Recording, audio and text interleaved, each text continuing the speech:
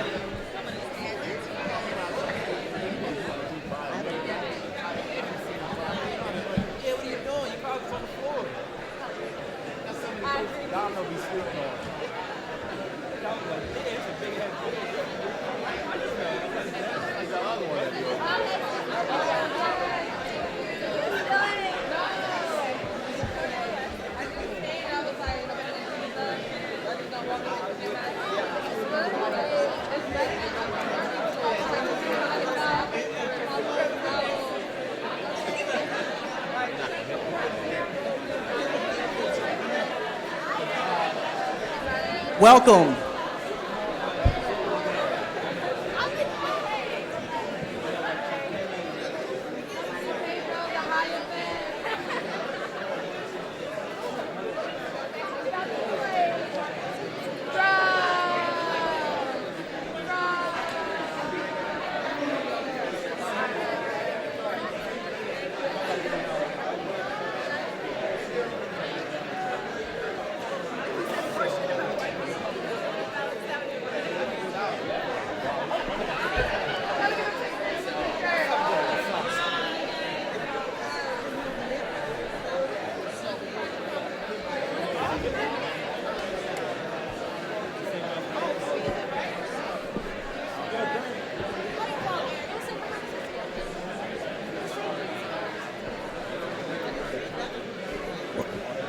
Welcome, everybody, welcome. We're going to get started with the second panel. If you're just joining us here this morning,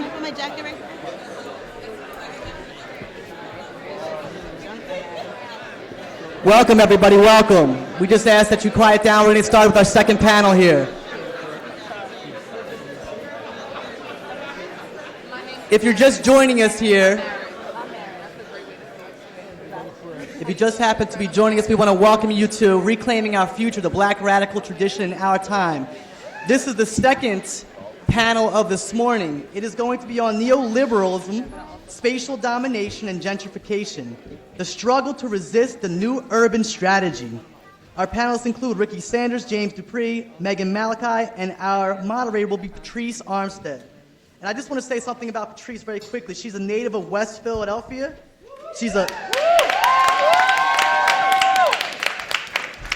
She is a mother, a community organizer, and an MSW candidate in the School of Social Work here at Temple University. Give her a hand for that.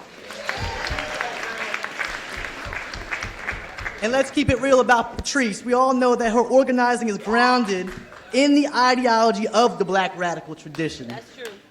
Her research interest is public housing and its relationship to gentrification and neoliberalism. So without further ado, let's welcome Patrice Armstead to the stage.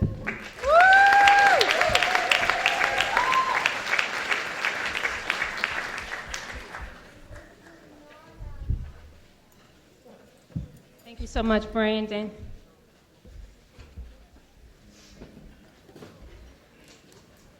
I just want to say really quick, because I think it's important to let folks know like how you feeling. Coming here today, just organizing this with my comrades, 4 months for 4-day conference.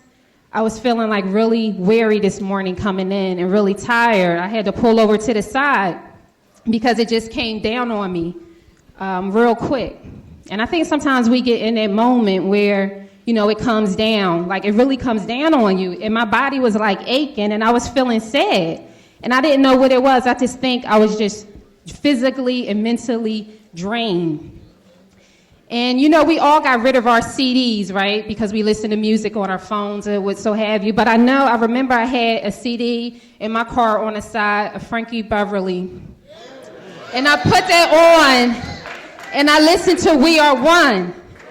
And I'm telling you, I had that on repeat from the zoo, all we to here, right?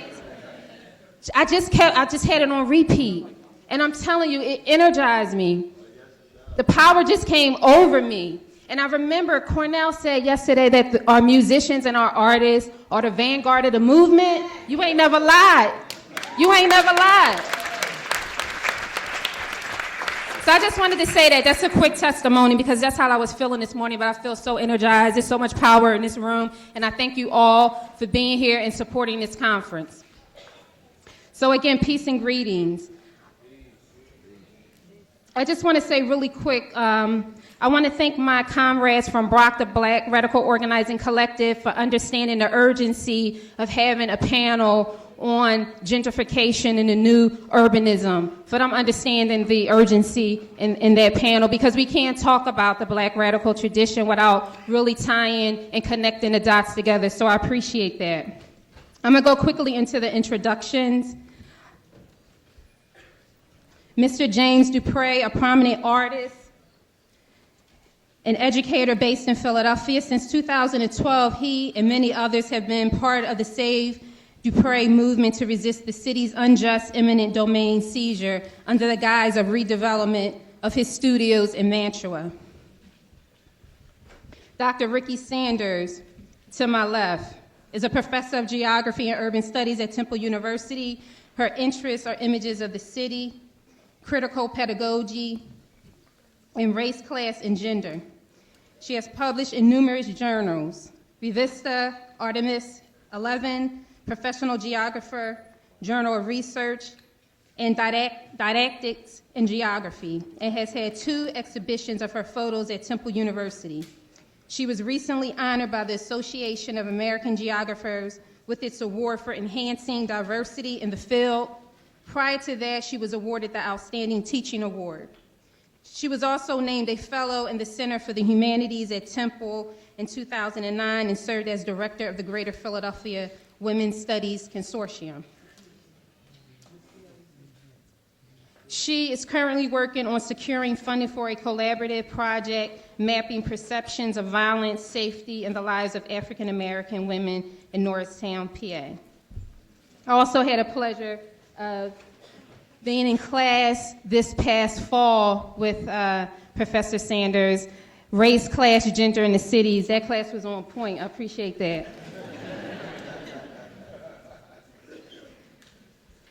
Megan Malachi. Megan Malachi is a Philadelphia-based educator and activist. She is an organizer with Action Against Black Genocide and the Philly Coalition for Real Justice.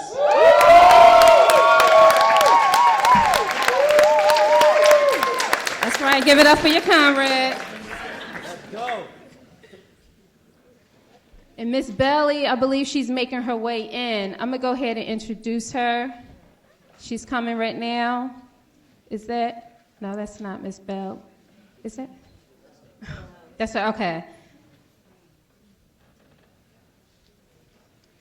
Nellie Belly, Black Agenda Radio host, co-founder and director of the Harlem Tenants Council and human rights activist who has worked, that's not Nellie.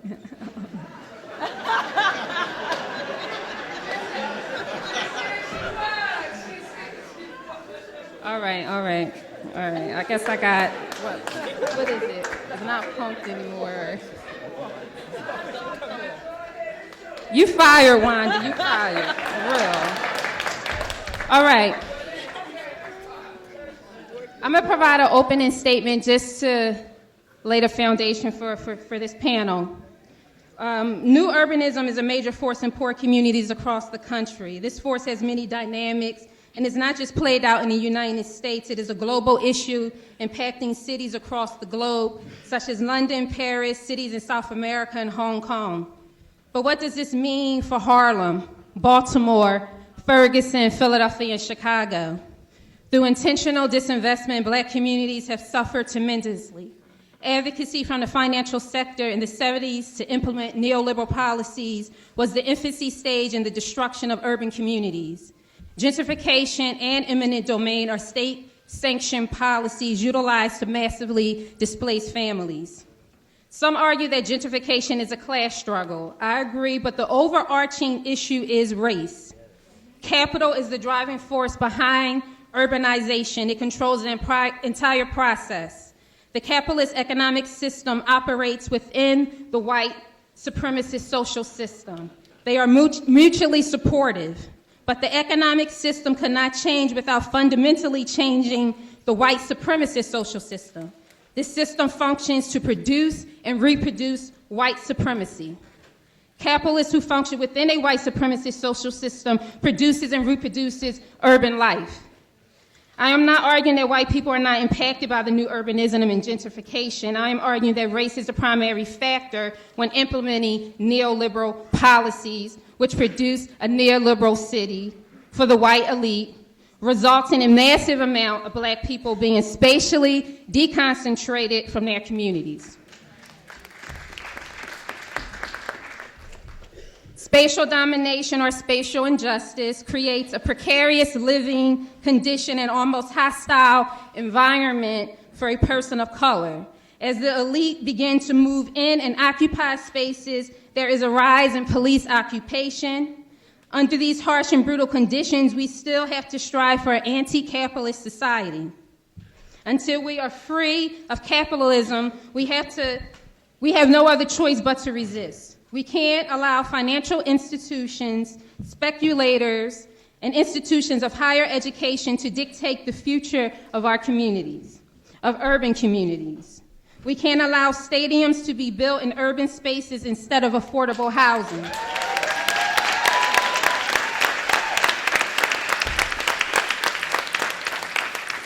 We can't allow the closing of public schools to be transformed into condos and lofts for the elite while public education across the country is being underfunded and threatened with privatization. What does this mean for the black worker? Today's black worker isn't the same as Du Bois talked about in the Black Reconstruction in America.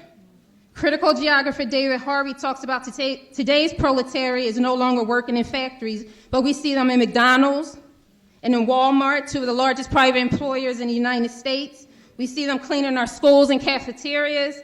They are adjuncts in our universities. Marx and Engels discuss how the worker was being pushed further from the center and into the countryside. But where's the worker being moved today? Are they being moved down south where the cost of living is cheaper? Are they living in crowded conditions? Are they couch surfing? I know y'all familiar with couch surfing, right? All right. But one thing we do know under new urbanism, the right to the city is threatened. Our panelists this afternoon will provide a presentation on how they see gentrification and new urbanism in the space that they occupy, meaning in the work that they do. They will critique neoliberalism's gentrification and the new urban strategy through the lens of an academic, educator, organizer, activist, and an artist. In conclusion, they will provide suggestions and solutions toward moving toward a new urban society that will benefit humanity. Some questions that I want you guys to think about during these presentations. What can we do to resist the new urban strategy, or should we resist the new urban strategy? Is it possible to have development without displacement? Is it possible to have cities for people, not for profit? How do we go from critical urban theory to radical urban practice? What are some alternative modes of urban living? What is the future of humanity under new urbanization? Henry Lefebvre and Peter Marcuse and David Harvey are proponents of the right to the city.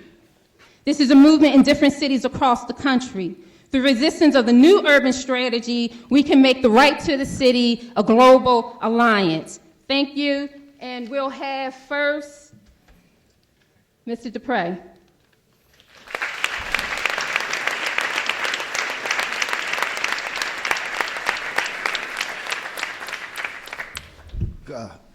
Good morning, everybody. James Dupree, local artist, West Philadelphia.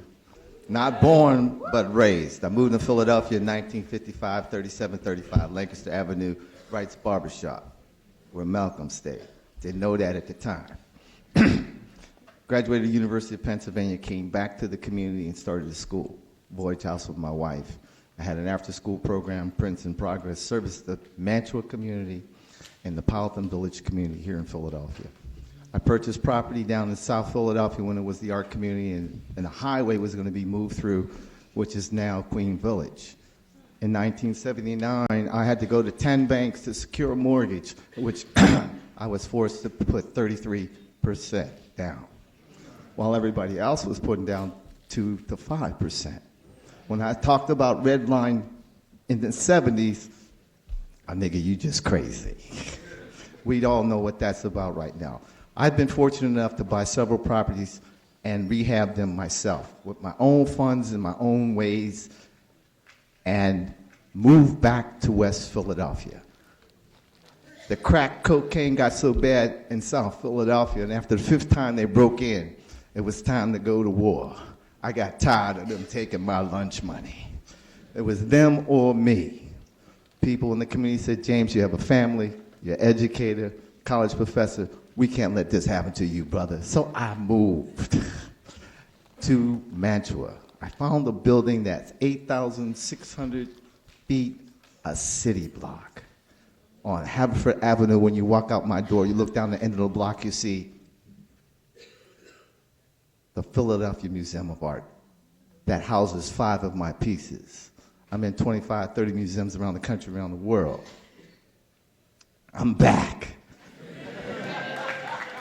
I'm loving this building. People say, why do you buy this building, James? It's condemnable. I said, did you see this building? This is a city block space. It had oak beams in there in 16, 18, 20-foot intervals, 10 sections. That means you don't need a weight-bearing wall. I could build walls in there, and I could have my classes. I could bring students in there, and I could start my own school again. 2 years in, the roof was, my wife said, go ahead, do this. I sold the building for $300,000. I purchased for $30,000. They said I'd never sell that building. Took it up to Mantua and went about designing and building that space myself. The roof was $68,000. I said, damn, I bought 2 properties for that. Put the roof on, electric work, plumbers in, I'm broke. The day I signed the contract with the roofer for the 68G, a friend of mine from City Hall comes down and says, James, you better come down here and see these plans. I said, what plans?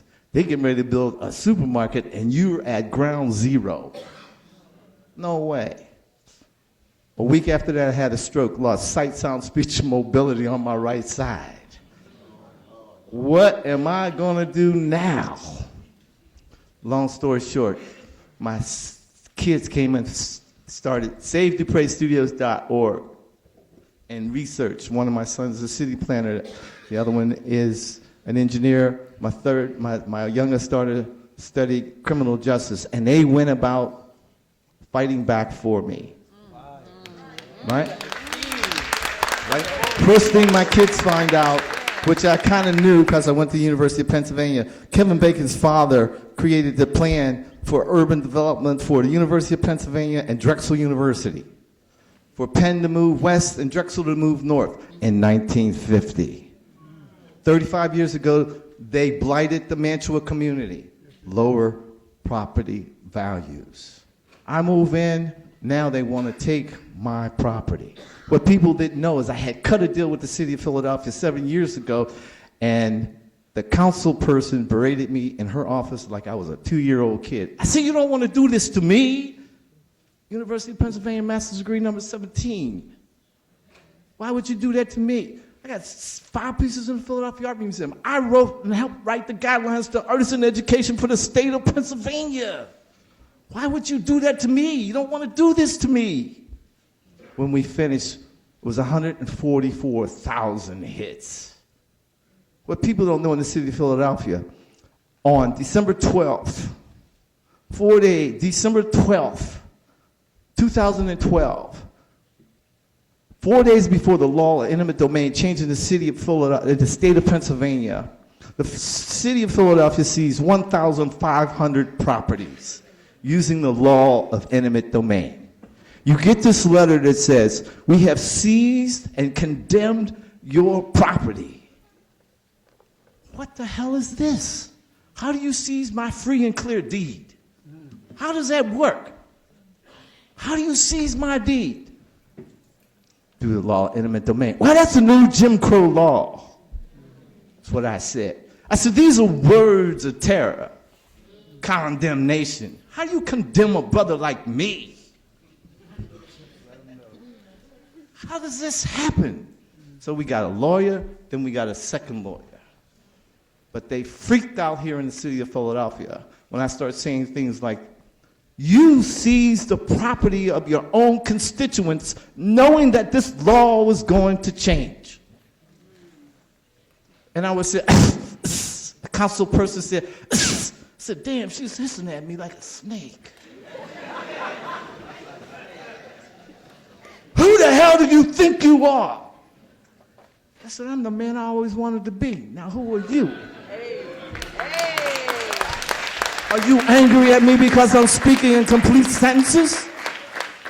Oh, I get it. You never met a brother like me in your district. Let him know. Let him know. How dare you? So I proceeded, after my stress, my stroke, my isolation, like thinking I'm working in a vacuum, to make the art. The first piece was the Wicked Witch of the West. Then I put her in effigy on the front door of my building. Then I put a bullseye on my building as I was being targeted by my own people who have forgotten their culture. Get emotional about this. I had thought I lost the anger until I came into this room. Y'all bringing it back out because we do matter. Artists have come into these communities and have gentrified these communities where we no longer can live. I'm the last Mohegan on my block at 6th and Bainbridge. Those of you that live in Philadelphia knew what I'm talking about. People come and have moved into our community and look at me like, how did you get here? I built this. This was the art community. There were 17 artists on my block. The city went forward, and I'll end, I know my time's running out, with appropriating, originally, my son-in-law said, Dad, they want an A-block radius to build a supermarket. That'll be the largest supermarket in the United States. They still went about seizing 55 properties in a 4-block radius. And we had city officials in their cohorts that purchased 20 of the 55 lots for $1,000, $5,000, and sold and was resold back to them for $40,000 to $60,000. They pitted the community against me, saying that the supermarket was coming. We found out the supermarket had dropped out 8 years ago. Them brothers was coming over there to lynch me. Brother came in the door, called me all kind of MFs and everything else. I said, but brother, I don't know you. Brother, why you want to say those things to me like that? Let me open this door and let you see what's in here. This is my 34 years of my 35-year dream. This is my dream. And the only way they're going to get it from me, this is where my wife gets mad, is if I die. Because this is it for me. I now call myself James Dupree Studio Museum in Mantua. What I plan on doing is to keep this struggle going because they appropriated the 55 lots using federally funded dollars where they were supposed to identify the what, the where, the why, the how 1 year prior to declaration of taking. Can you imagine me coming to your house saying, I'm taking your shit and there's nothing you can do about it because it's the law. And I said, that's the new Jim Crow law. And when I found out I had no recourse for the struggle that if you saw me a year ago, you wouldn't recognize me today. I said, that lynching out there in front was a symbol. It's the worst symbol in America. White folks hate it, and you know we hate it. And I put that up in my community and said, that's a self-portrait of me. the picnic by the RDA. And I was able to educate everybody in the community. They called out a congressperson, have him take that down. We had 15,000 hits that day. Right? I said, but did you read it? I said, it's a self-portrait of me. Do you go to a picnic or to a barbecue? Ain't nobody in my home went to no picnic.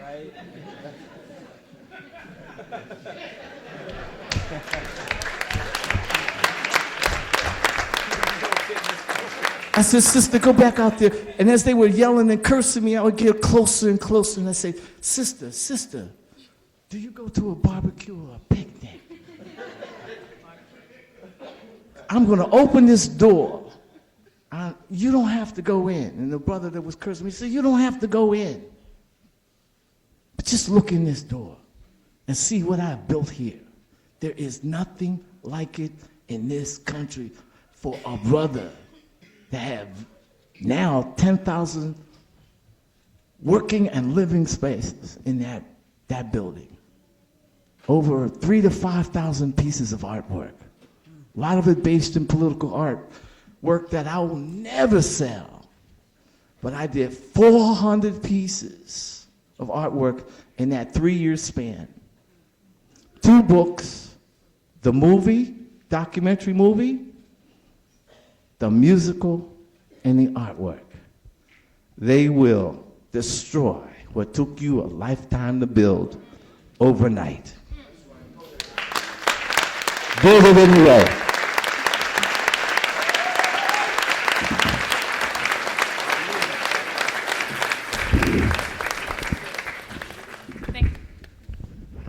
Thank you, Mr. Dupree. Next, I want to call Megan Malachi to the microphone.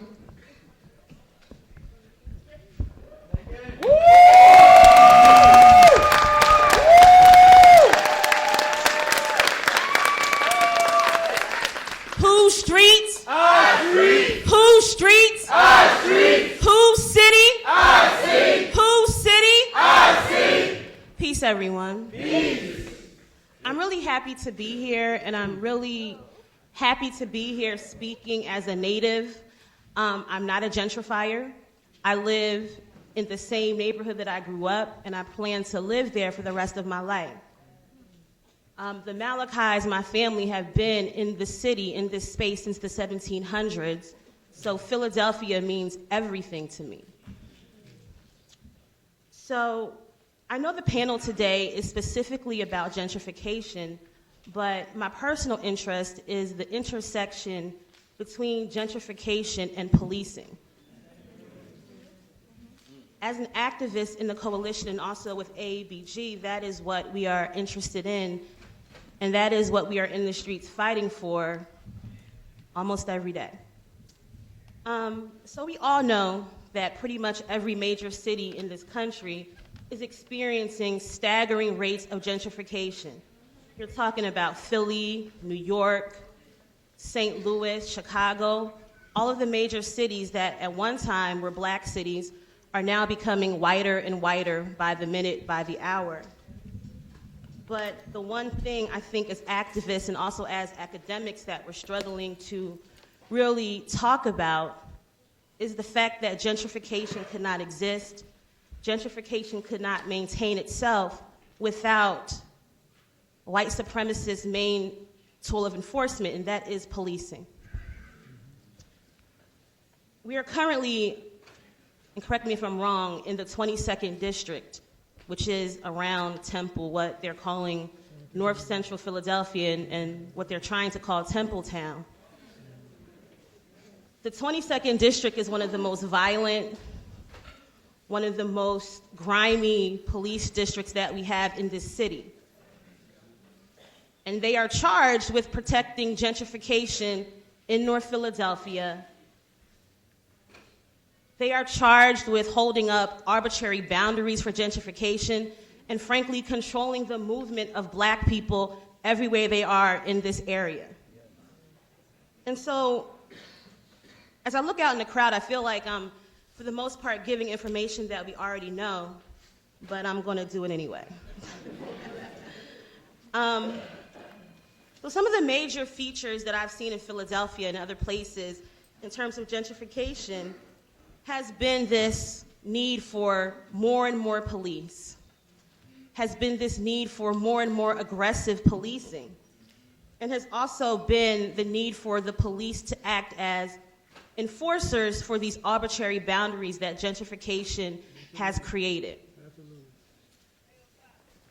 And when black people decide to fight back or buck or protest these arbitrary boundaries that gentrification has created, we are terrorized and brutalized by cops, security guards, people like George Zimmerman who think that they have the right to shoot black kids because they're wearing a hoodie and not where they think they're supposed to be. And when the terrorization doesn't work, they ultimately execute us. So we've all know about Mike Brown, but what I find interesting is that we all don't realize that the underlying issues around what happened to Mike Brown is gentrification.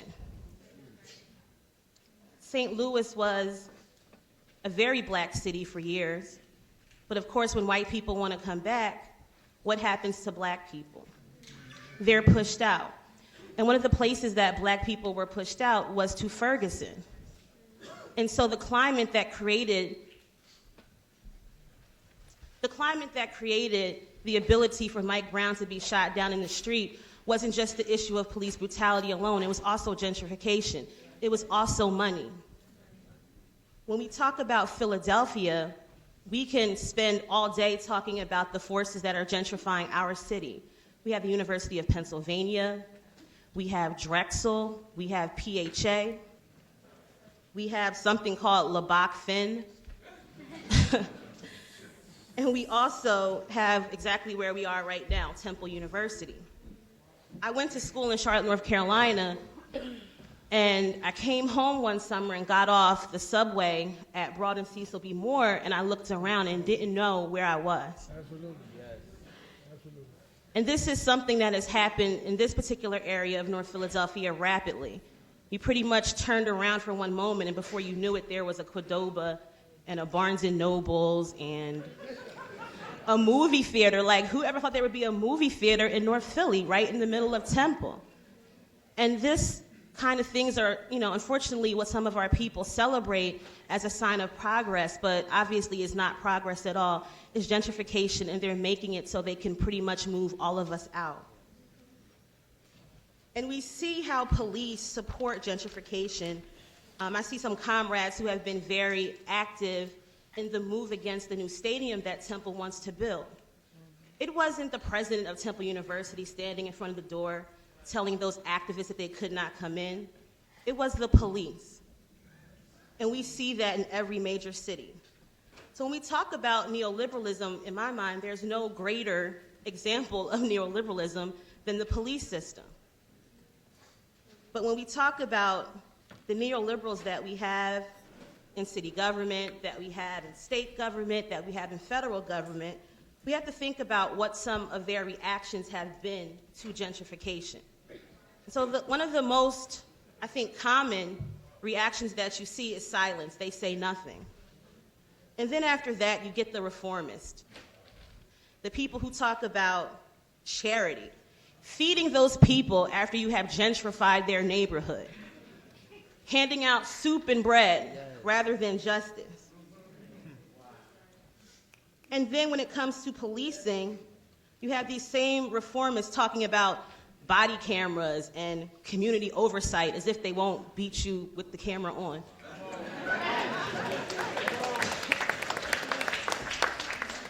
And then we have what I like to call complicity and this vocal support. We have some people that are just so far into neoliberalism that they can't see the immorality of it. They're the people who move into these gentrified spaces and they're actively calling the police on community members, people who have lived there for 40, 50 years. Then you have people actively pushing for an increased police presence, which creates this climate where police are once again shooting down black people and other people of color. And then finally, you have the very crude argument that gentrification is simply a result of market forces rather than the truth that gentrification is nothing but greed, it's nothing but violence, it is the highest form of imperialism.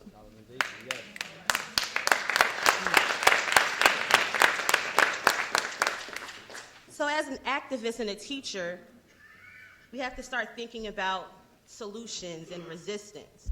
And so some of the main resistance that we've had in Philadelphia, of course, has been protests and rallies. We've shut spaces down. We've claimed spaces for the people. But again, activists, we continue to face increasing police repression. And in Philadelphia, there's not enough people, at least right now in this moment, willing to put their bodies on the line to stand up for these neighborhoods. I wish I could see all the people in this building right now on the street shutting shit down. Right.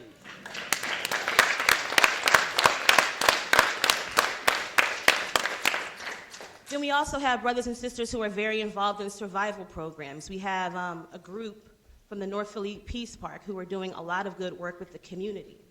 And what happened to the Peace Park? PHA comes and shuts it down.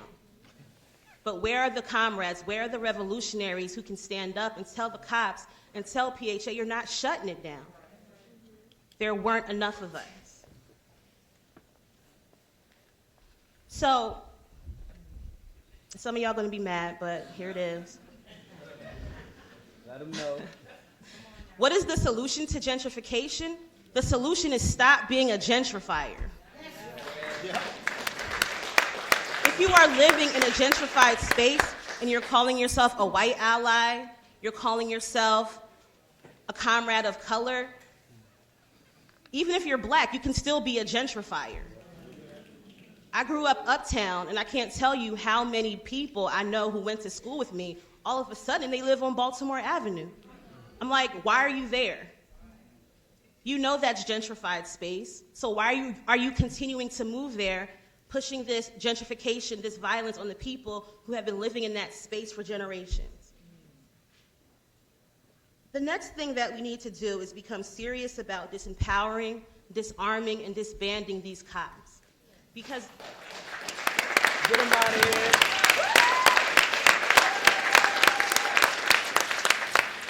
Because again, gentrification could not maintain itself. Gentrification could not function in the violent manner that it does without the police working as enforcers. But frankly, that takes heart. It takes commitment, it takes discipline, and I'm not sure how many of us have that. Absolutely. And I hate to sound so pessimistic, but this is the reality. And something else we could do is know our rights. Absolutely. Know what we can and can't do on the street. Know what we can and can't do when it comes to keeping ourselves from being evicted from the places that we have been living for generations. And I think that is one of the major duty of radicals, right? It's to educate the community. It's to stand up physically, not just talking, when people are coming into our spaces and destroying the Philadelphia that I grew up in, destroying a neighborhood that I will never be able to afford to live in.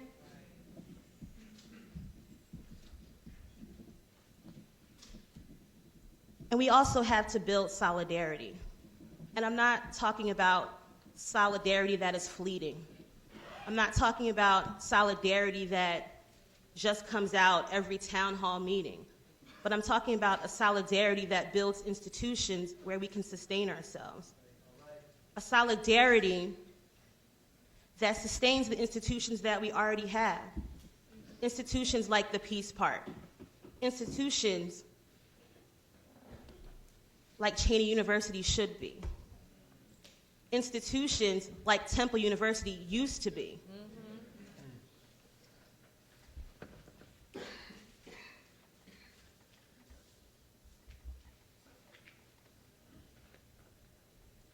My mentor, Dr. Montero, who we all know and love.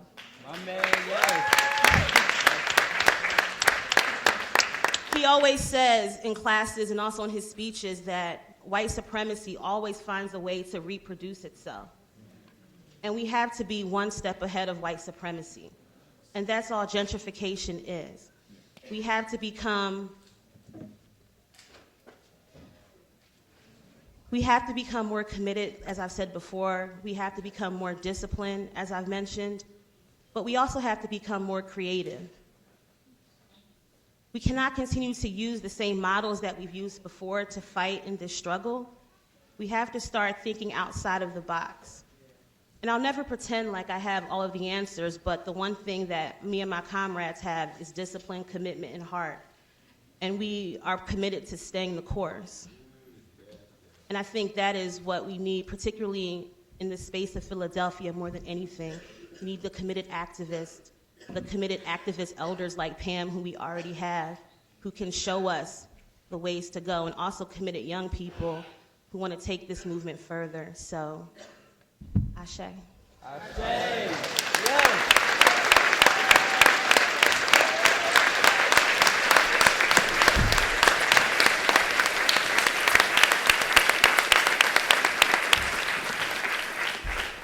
Thank you so much, Megan. I want to call to the podium Rickie.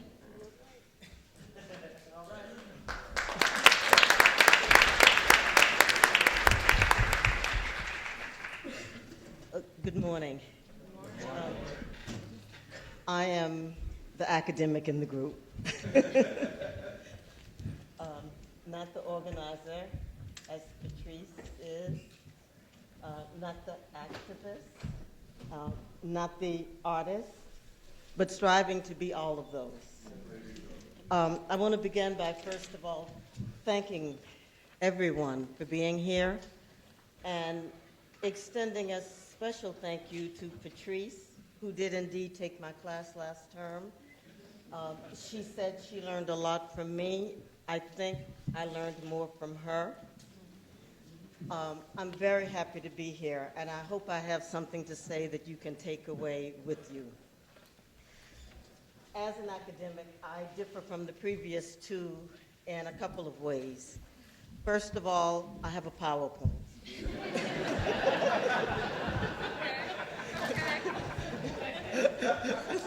It's what we do. Second of all, I have notes, but I'm not going to read my notes, okay? So, as I thought about what Patrice and the conference organizers asked me to do, I looked several times at the prompt, because that's what academics do.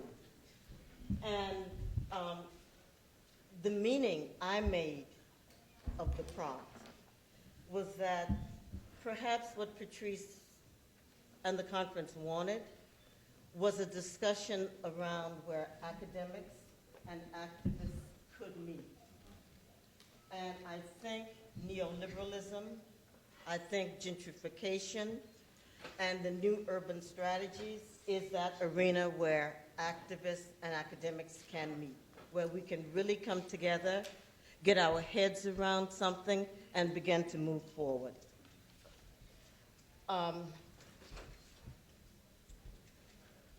First of all, the question is, why are we even talking about this?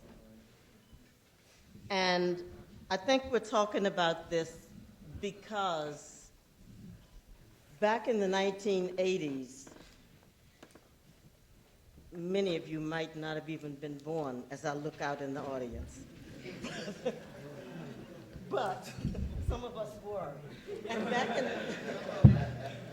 in the 1980s, Margaret Thatcher notoriously made a comment. Oh, God.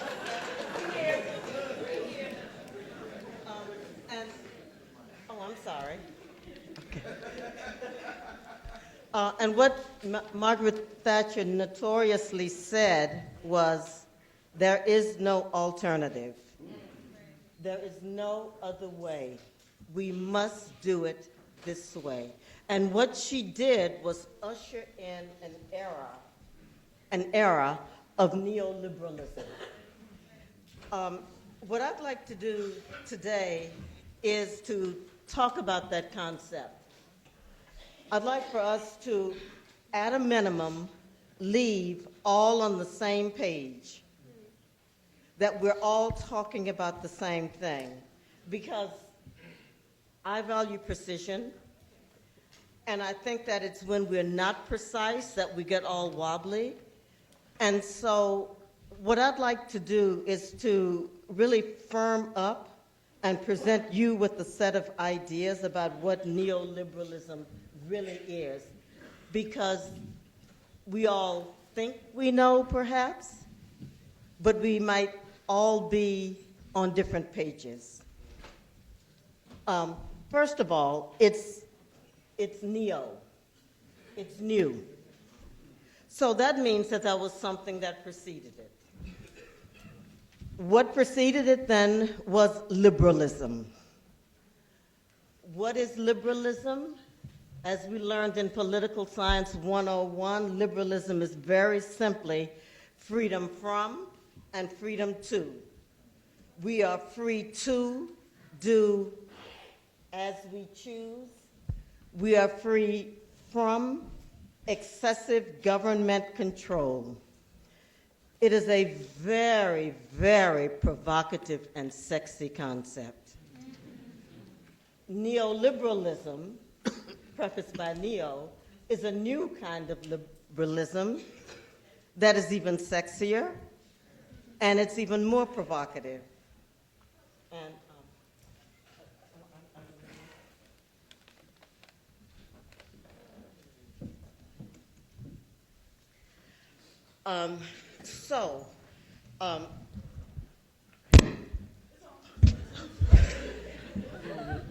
okay. So what are we talking about then when we talk about neoliberalism? Again, my goal is for all of us to leave on the same page. I came up with maybe 4 or 5 bullet points, because that's what academics do. Neoliberalism is a system that structures life in such a way that past and present oppressions are not addressed. In fact, they don't even exist. In this neoliberal era that we are living in, there is no past oppression. We are all on the same page. There is no present oppression. In this context of neoliberalism, there's a particular rhetoric, and I'm very interested in discourse and rhetoric, because I don't believe that there's anything, any word we speak that does not carry meaning. Even if you say it is raining, it carries some meaning. So this era that we live in is accompanied by a particular rhetoric, and it's this idea that we can be free, that we are free, that we can do what we want, that we can realize all of the things that we have in our imaginary. It is a rhetoric that embraces difference without a redistribution of resources to address that difference. So, in this neoliberal era, we appreciate difference, but what does it really mean? In this neoliberal era, I like to call it a happy face, have a nice day. There's a denial of power. We are encouraged to think that none of us has more power. We are encouraged to think that all of us, and therefore none of us, are responsible.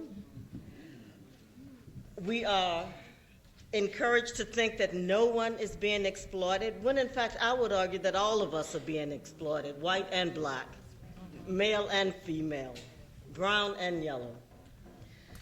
It is a rhetoric that is mum about decades of disinvestment.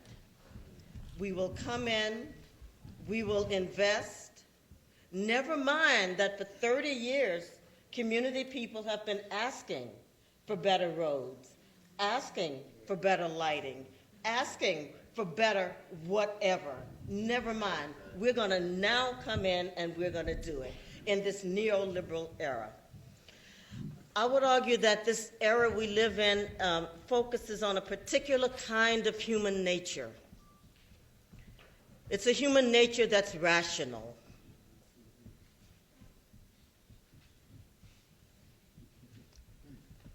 Which I find weird, but,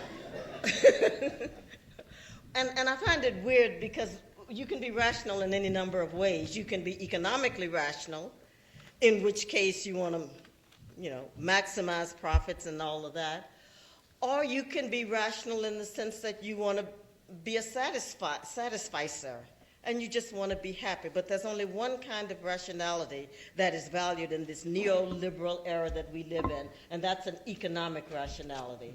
So all of our behaviors and all of our actions are evaluated based upon how rational we are.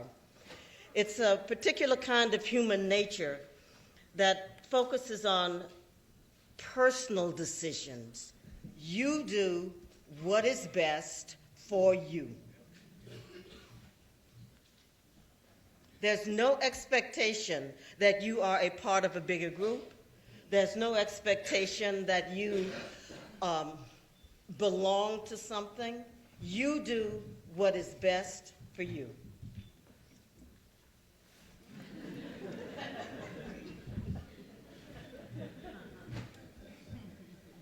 It's an icon that was born in the 1980s.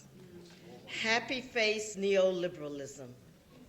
We are all happy because we are living at a time when we can realize our wildest dreams and imaginations. and Walmart, yeah.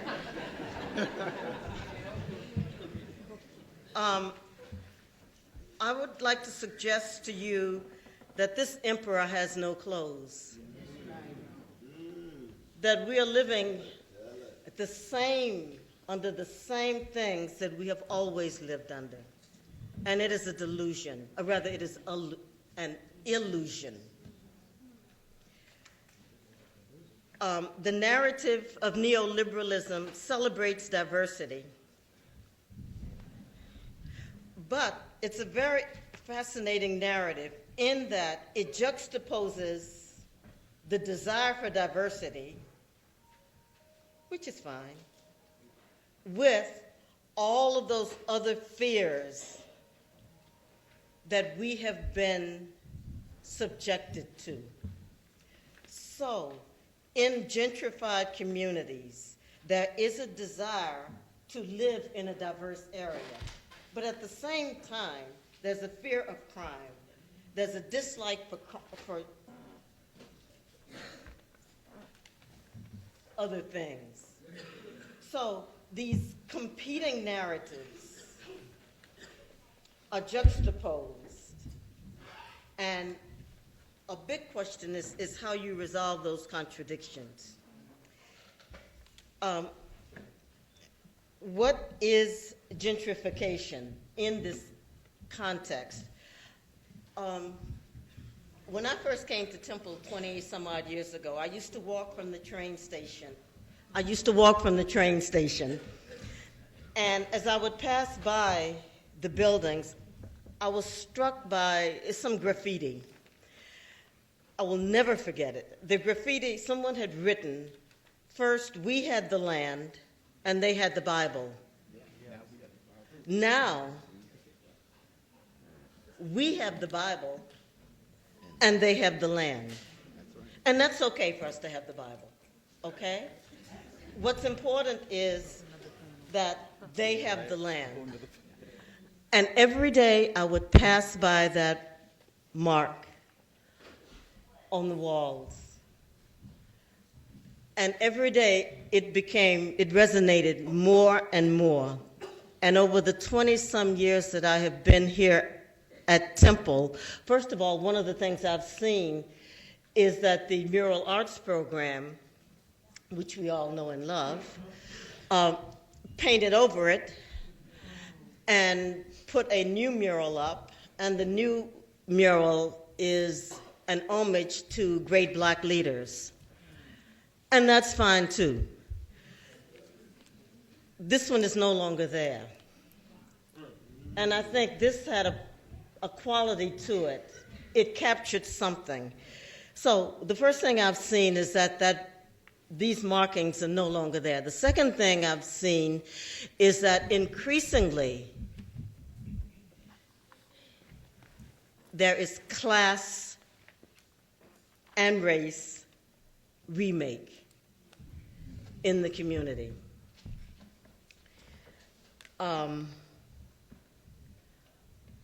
You can look at advertisement, real estate advertisements for homes in the area around Temple. And if you look at those advertisements, you would never know that there is a sizable African American community and that there was an even larger African American community. There's a particular way that that space is being presented to others, and it's an invitation. It says, as how can I do this? I'll need your help, maybe.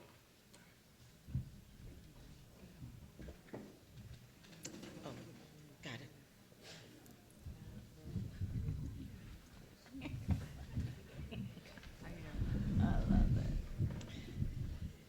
As this video demonstrates, it speaks to what can happen.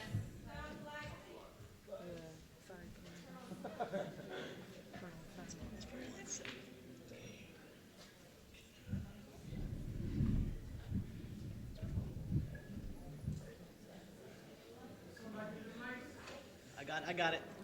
I'm on it. Oh, lights and mic, okay.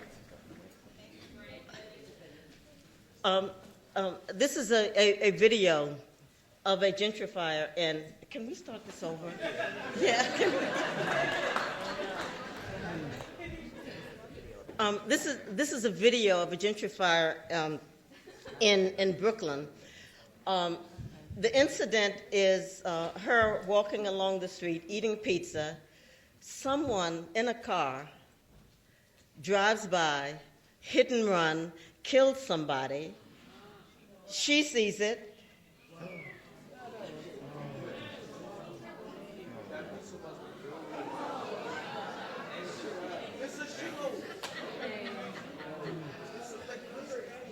She got a cheesesteak from the corner store.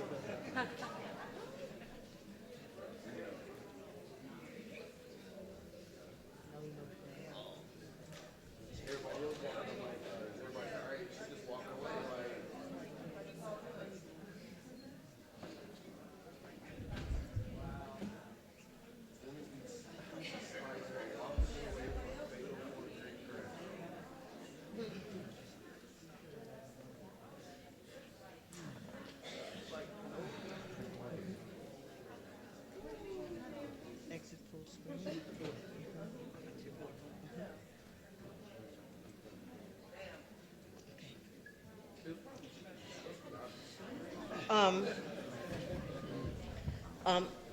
So it's the worst fear of what can happen when gentrification occurs. It's the worst fear of what can happen when you get a community where the ethos is primarily that of the individual. It's the worst fear of what can happen when neoliberalism meets gentrification. Most of the advertisements, it's up to you to find what suits you best. Your particular style will not only be matched, but enhanced when you come to places like Brewerytown, places like Fort Greene, increasingly places like North Philadelphia. So, I would argue that space is not empty, it's not abstract, It's not just a theoretical concept. It is the product of desire. And that desire is capital. That desire is individualism. That desire is all of those things that we were familiar with before they called it neoliberalism, when it was the old just liberalism. And so, I think this whole process leads us to some questions, and there are three kinds of questions. There are questions that should be directed at activists. There are questions that should be directed at those who are orchestrating the process, and there are questions that should be directed at academics. And so, for the activist, I think a critical question is, what are we, or what are you insulted by? Are you insulted by the ideology, or are you insulted by the individuals? I think a question to direct to those who are orchestrating the process is, can you think outside the box? Do you need to think outside the box? Maybe you need to think inside the box. Maybe you need to look at the structures that exist and find a way to manipulate those structures that exist to bring about effective change. I think a question for academics is, when you bring people together who occupy diverse demographics,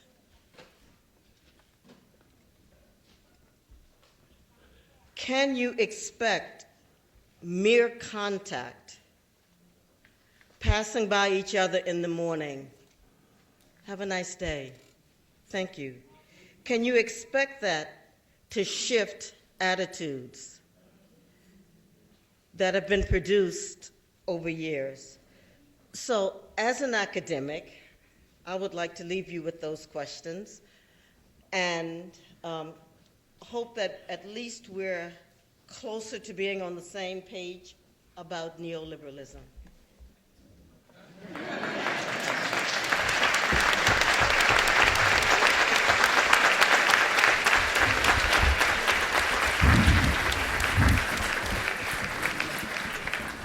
Thank you, Rickie. So y'all see why I took her class, right? She the bomb. So we're gonna open it up to Q&A to the audience. And actually, yes, I'm gonna come up here. We want questions only. No comments, only because of due to time. We just want questions because we want some real engagement. So we want questions, please. Yes, so I see the sister with the blue sweater. Hello. I just have a question about neoliberalism for everyone or anyone who's willing to answer. Can anyone talk about the intersections as simply as possible between neoliberalism, democracy, and capitalism?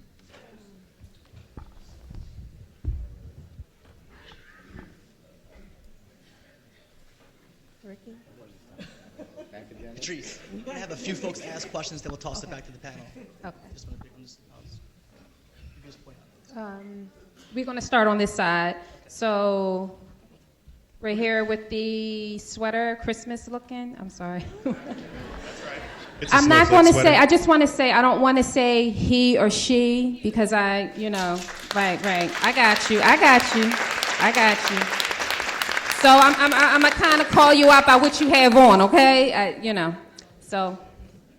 Dr. Sanders, your last slide showed, said that you were looking, you said that we should be directing questions towards those orchestrating the process. Yeah. And I'd like to hear from each of the panelists who those people are regarding the process of gentrification.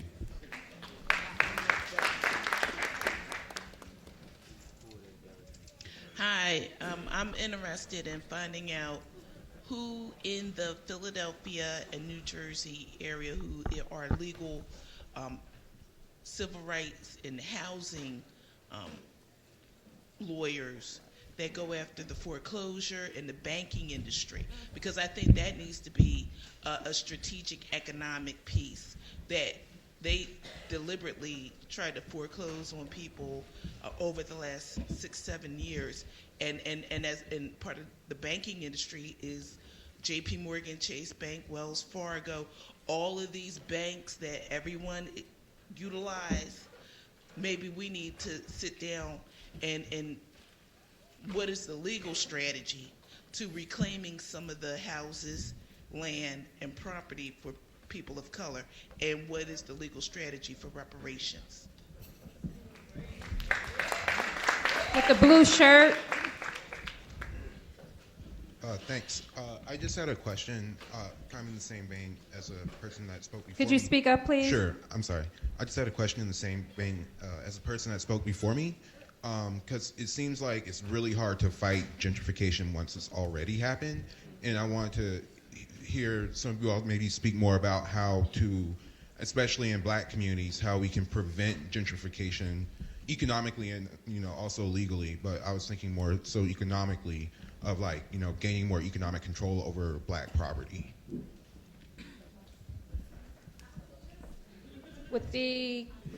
Let's start over here and then work. I think after this last question, let's get some answers. So with the white and green shirt. I always find situations like this, very empowering and grateful to be in the presence of everybody. But my question is, how is it, even to the panel, hopefully you can form, some sort of answer for this. How is it that you take energy and information like this and to be dispersed amongst the masses so that way you have the actual numbers to find a particular buy-in and to find a worth in being able to fight against gentrification, or to even have simple needs of something as simple as food deserts to stop existing in various neighborhoods? Because whatever we do in here means nothing, and it doesn't matter if we can't take it outside. I heard you, sister, when you said that there's not enough bodies. So basically, how is it that you have someone who doesn't see any value in their community to find a value in something, so that way we're not just a small minority in doing any of this at all? So, that's a question to not only the panel, but to everybody in here, because everybody's charged because you chose to be here.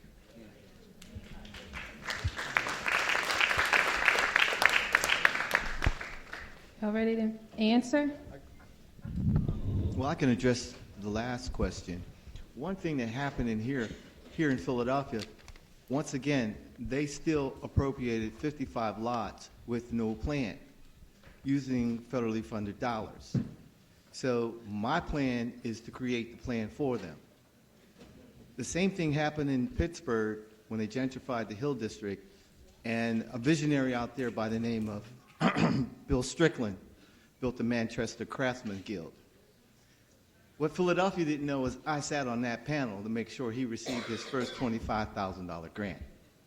What I want to do now is put pressure on the city of Philadelphia to build the Manchester Craftsman Guild here in Philadelphia, starting with the vocational school, the trade school, the Life Skills Resource Center, the 1,000-seater theater, the culinary school, the mixed-use senior citizen home, with art spaces in each one of those properties. Dupree Studio Museum in Mantua, Art Center, University of Pennsylvania. Working within their construct. They are looking right now at the promised zone money that you ask about. The money doesn't exist. It's $2.9 billion worth of economic development coming to the Mantua community.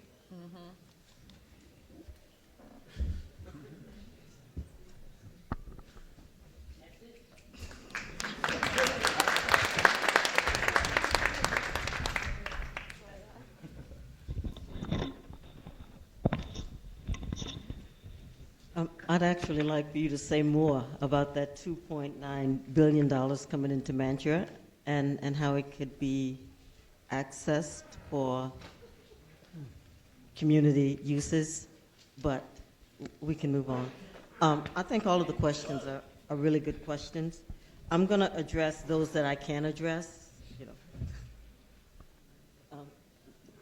Concept one. The first one, if I understood correctly, was to speak to the difference between neoliberalism and capitalism and democracy.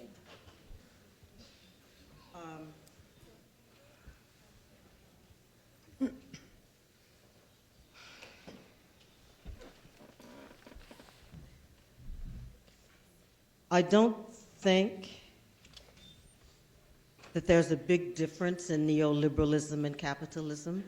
I think it's been shrouded, it's been dressed up differently. I think what guides the neoliberal process is capitalism. And so that's why I asked the question whether or not the emperor is really wearing clothes, because I don't know.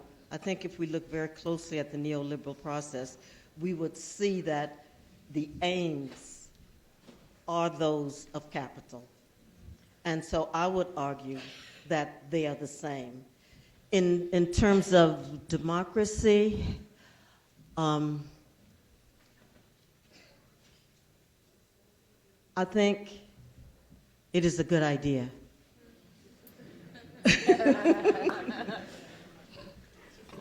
I'm of that generation, you know.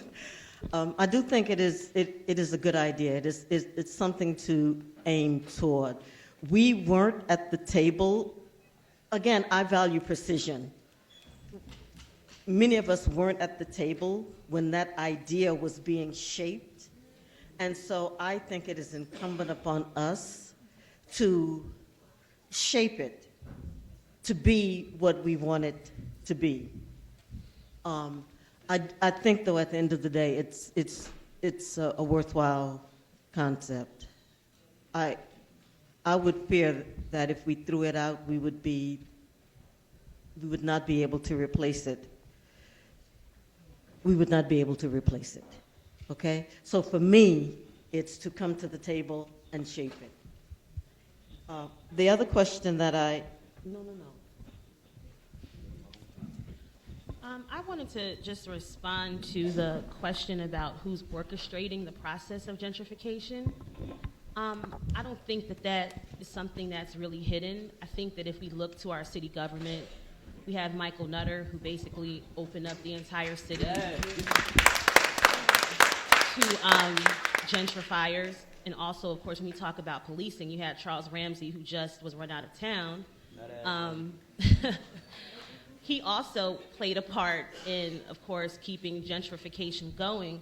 But I think that if we want to get deeper into that discussion, I think we have to also look at the white liberal communities that keep it going, as well as the black gatekeeper class that constantly play a role in this process of gentrification, but because they're black, you know, other black people don't really want to say anything to them.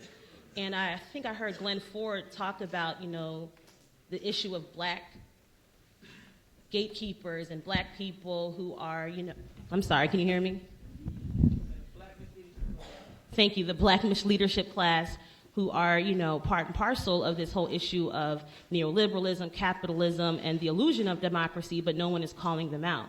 And so I think until we as a community of radicals are willing to organize in that regard, we're going to continue to see the issues with gentrification, police brutality, and everything else that we're going to be talking about here this weekend.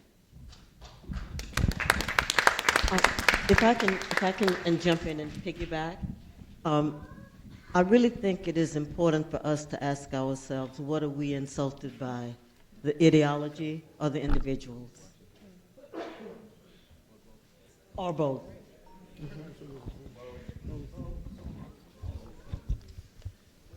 Patrice, someone take some questions from the middle here. Yeah, but just I want to add piggyback really quick because this is important. We need to understand that our public housing play a huge role in the process of gentrification and the changing of our communities. We have to know that the Housing and Urban Development, which is a government federally funded agency that controls public housing in our cities throughout the country, that they play a major role because they're not in the business of building affordable housing anymore. It's not, public housing is done with. It's all about mixed income housing, so they play a major role. And Mr. Dupree, I don't know if he mentioned this, but Obama played a major role in what's going on in Mantua.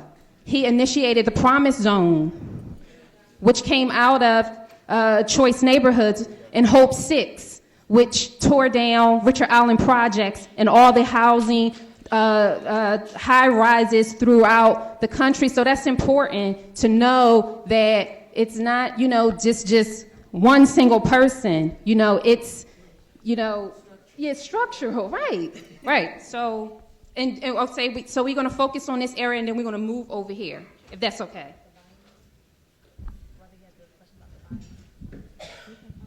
So I want to just also address the question that the brother had in the back about, how do we get masses of people to buy into, I guess, the revolution? And I don't, unfortunately, have an answer. I think just like every other activist, I'm going through the motions and searching for the answers and trying new things. But I definitely think some of the things that have worked for my comrades and I have been being in the streets, being that example, willing to pull people in with us. But I think that as we go on, I think we need to really set up structures that promote the idea of political education.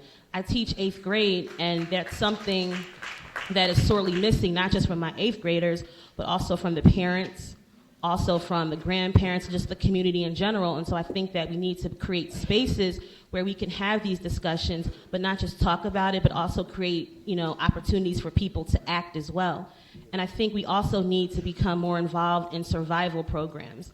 I think that one of the things that turn people off about the idea of revolution is that it's constantly people talking about what things are going to happen in the future.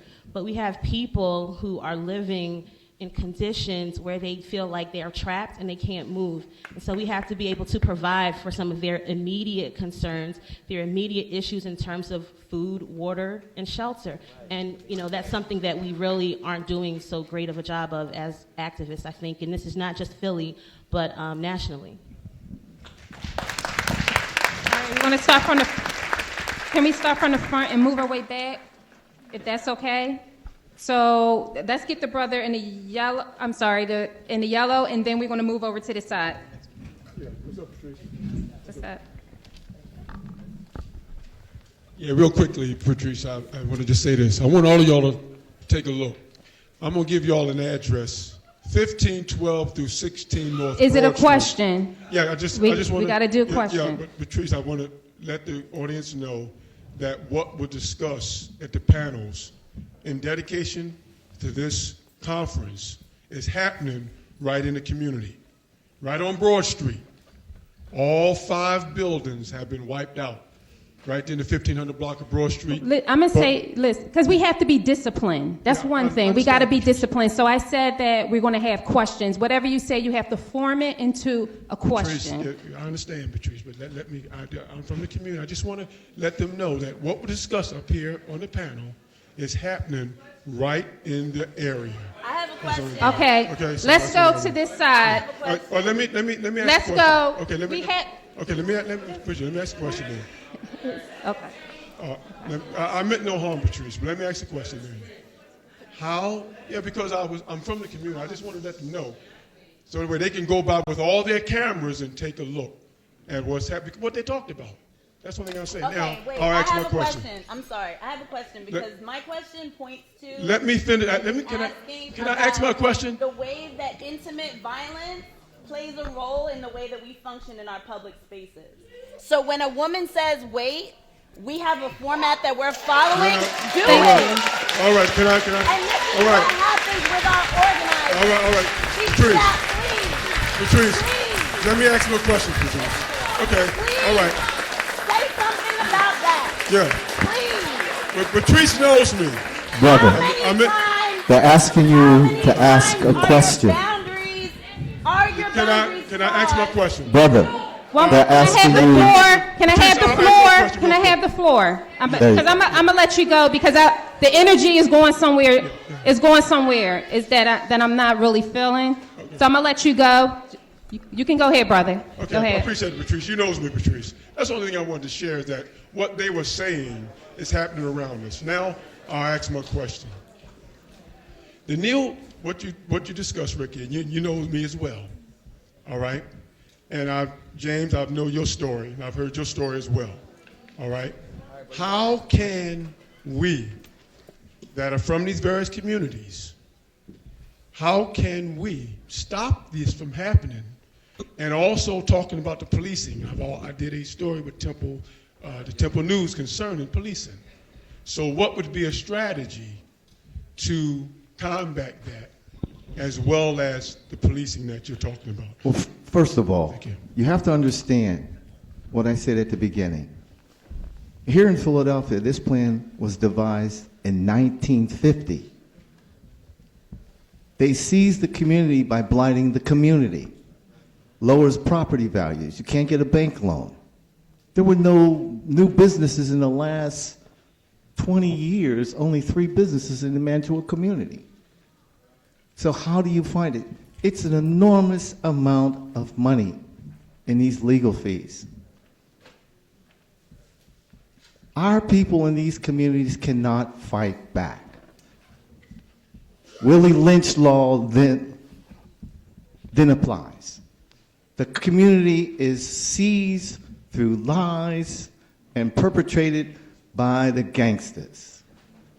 My life was in danger in my own community. It wasn't until I met 5 generations of the gang leaders in Mantua.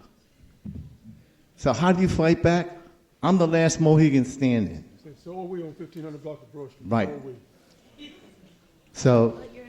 Okay, so we want to get, let's get all the questions and then we're going to get responses. So can we just stay disciplined, please, and consistent?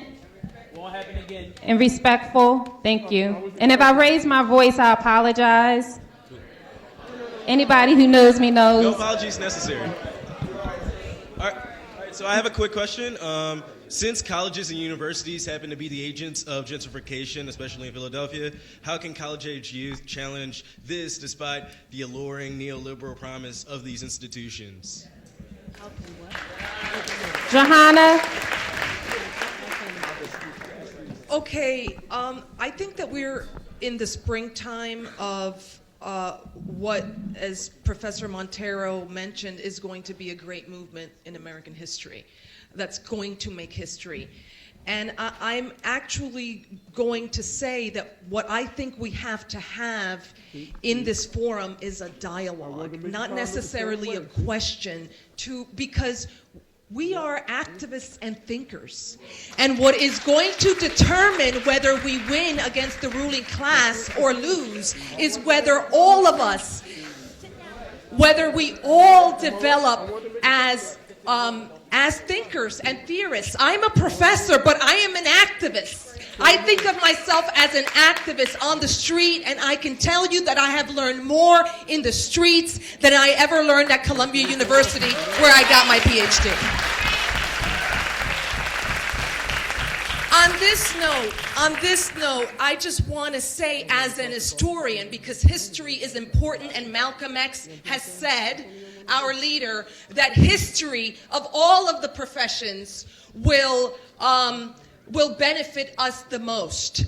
It is important to understand, and I'm adding, Professor, to your definition, that neoliberalism emerges out of a particular historical conjuncture. In the 1970s and 80s, when capitalism was in crisis, because of what people of color were doing abroad in places like Vietnam. So we need to connect what happened in the previous section with what's happening, the conversation that's going on today.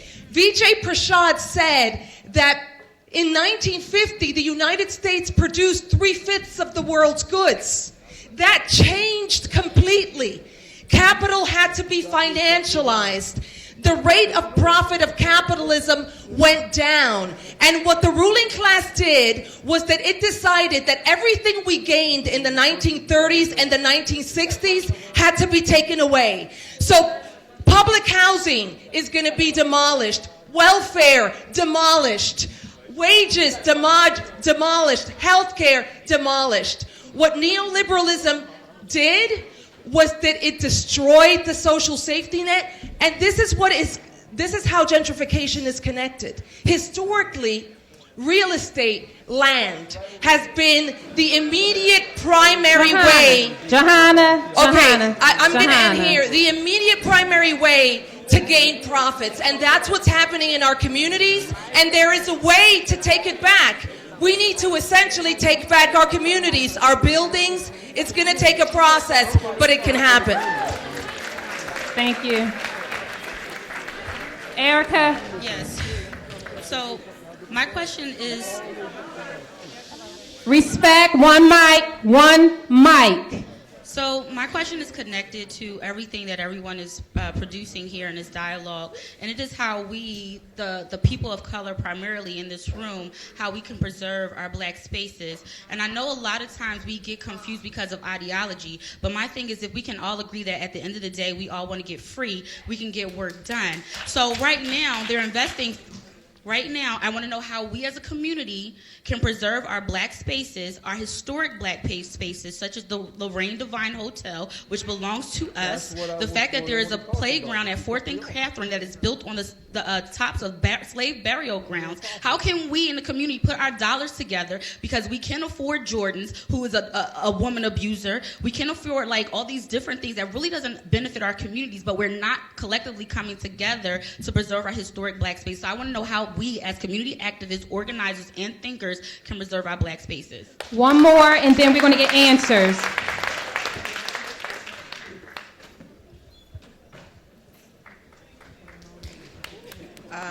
I would like someone to speak on the history. Mona, speak up. I would like someone to speak on the history of gentrification. My question is, how far back can you take it? Because in the United States of America, indigenous people in this country, to me, were the first gentrified. So it has a history, and I would like someone to speak on it. And just in closing, I would like to thank Glenn Ford and Megan for speaking on the issue of how we support black politicians, officials, because Wilson Good was the mayor when that bomb was dropped on me and my family. Okay, so we're going to go ahead and get answers.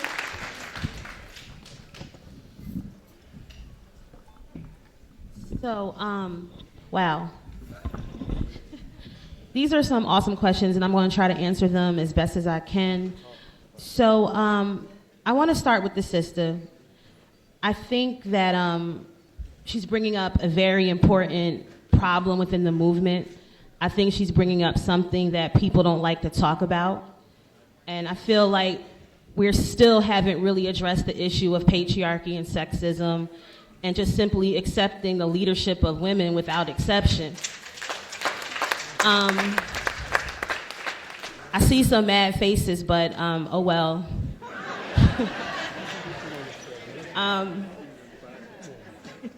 I feel like in black spaces, we continually try to sweep the fact that we have problems with misogyny under the rug. Even some of our gay brothers deal in misogyny, and that does not come out. And I feel like even some of our sisters deal in misogyny too. They're either complicit in it out of ignorance or because, frankly, they're trying to hold on to a man. And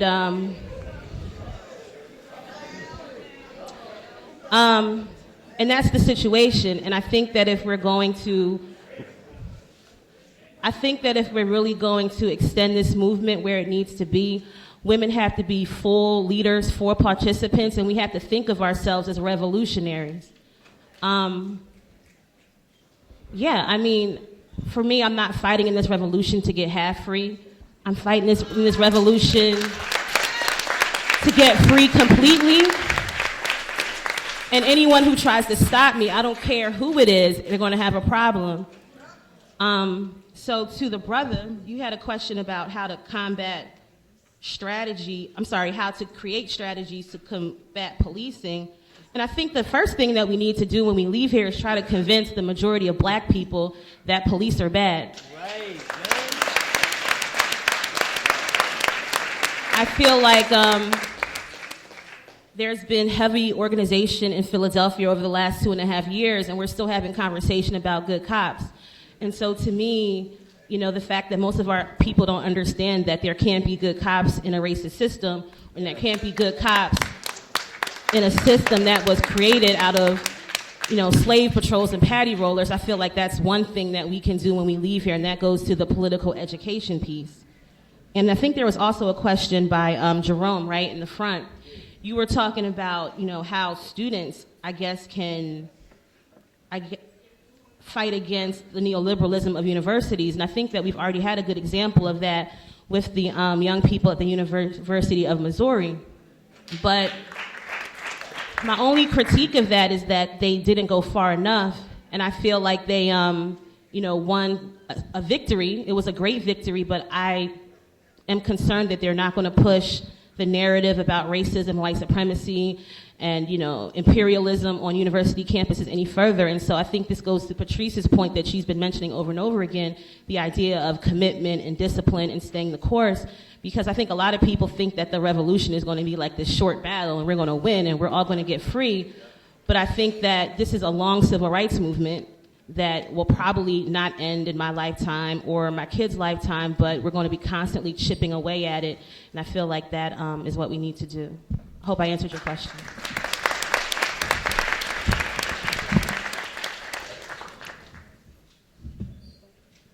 Okay.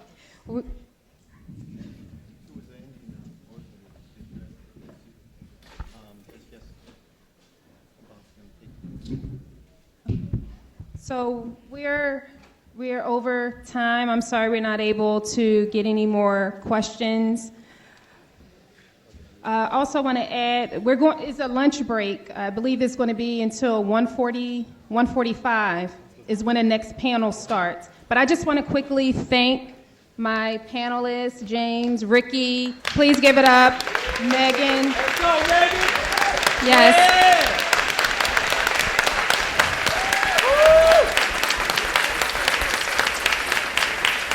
I'm sorry we were short on time. I wanted to have them do closing remarks and also talk about what they're working on. But, you know, Google them or Facebook them, however you want to do it. But thank you so, so, so much. Thank you.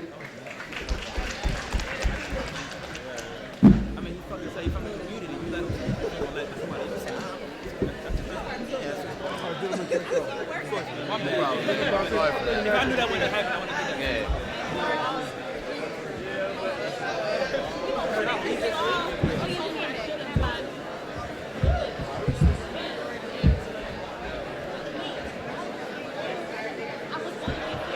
My man.